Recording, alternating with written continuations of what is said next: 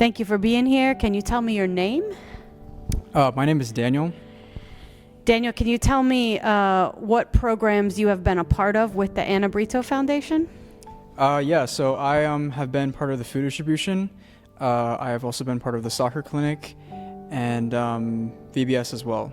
And all the experiences have been great. It's been good opportunities to connect with the community, connect with the church, and grow in myself and in my faith.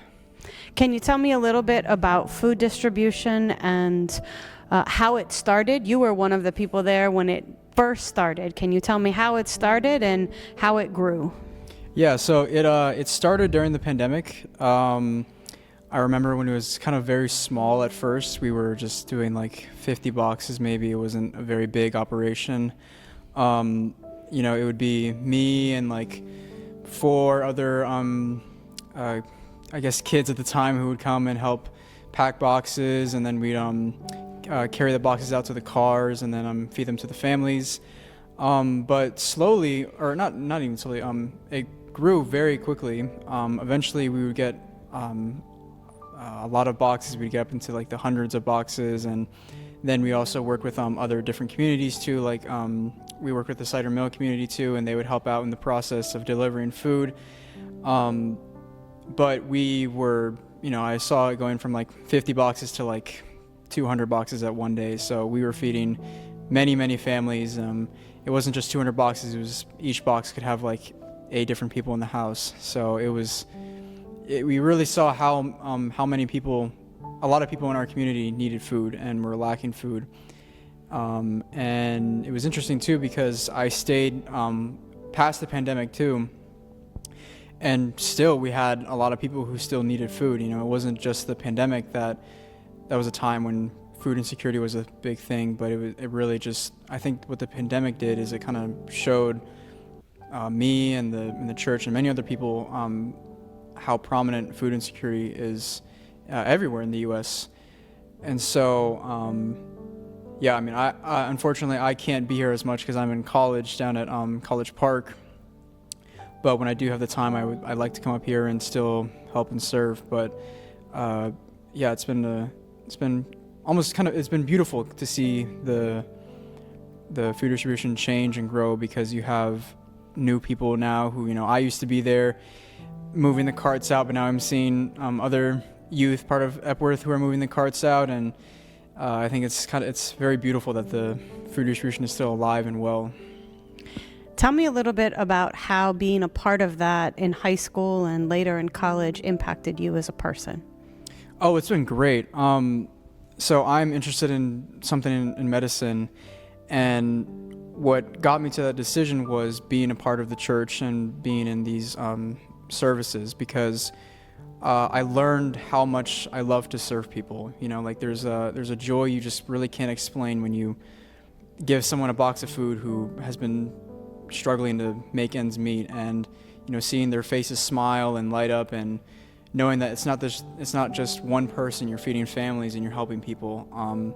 That really opened my eyes because it showed me how much I enjoy serving people and helping people.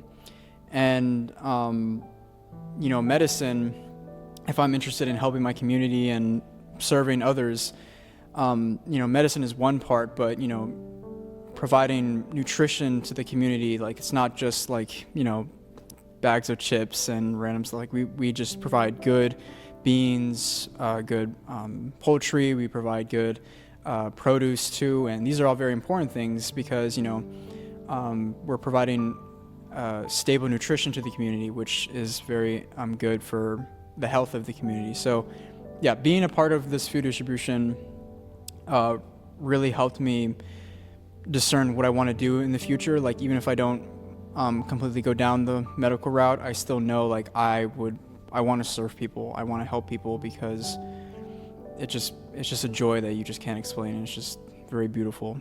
So thank you. So what do you think are actually some of the causes of food insecurity and ways in which your everyday persons can be involved in helping to change those?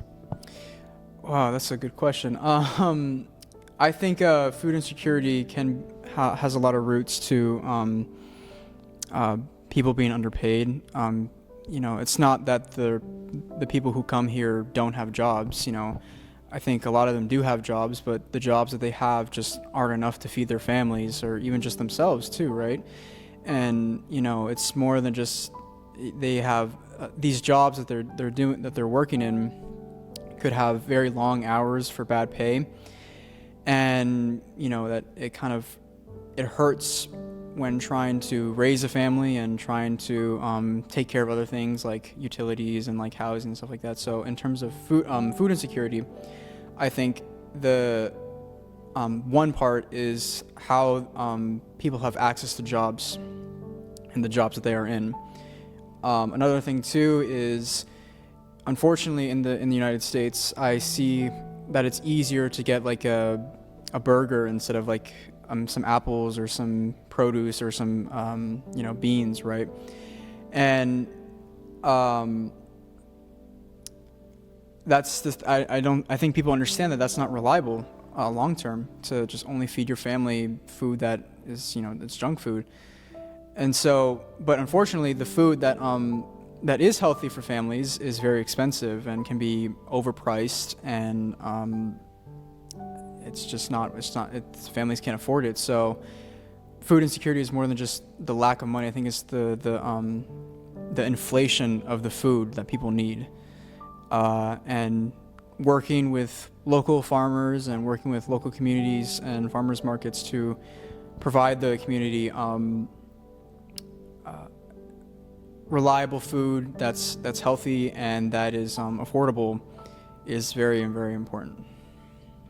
Thank you. So, last sequence of questions. Can you tell me a little bit about the soccer clinic and why you think having a very reduced cost or free soccer clinic for young people in the community, why is that actually something that's having an impact beyond just making, the next soccer player? Well, I think community is very important. It keeps people close together. From a medical perspective, being with people and socializing really improves your health.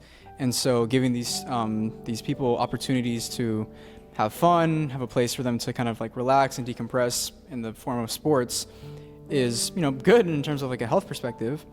But it also just, it gives a place for students and children to grow. It provides them things to do instead of them being stuck at home and maybe on their phones, or maybe in environments that aren't healthy or comfortable for them. But this provides a place for them to have fun, to play, and to kind of like be kids, right? So the soccer clinic isn't just like about making the next Messi or Neymar or Ronaldo. It's more about like building community and giving outlets to children to have fun, to just play and to get exercise. So, yeah. Last question. When you think about the impact of the Epworth Anna A. Brito Foundation, what really do you think are some of the most important ways in which the foundation makes an impact?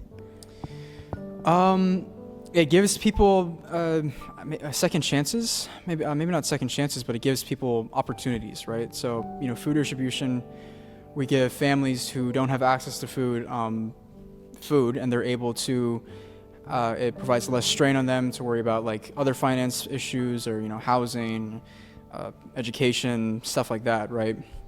Additionally, we have computer and English classes, and there's a lot of people here that come to the United States that may not know how to speak English, and what this does is it gives them an opportunity to learn English, so then they can go out into the job field and find a job and be able to communicate and work in that environment.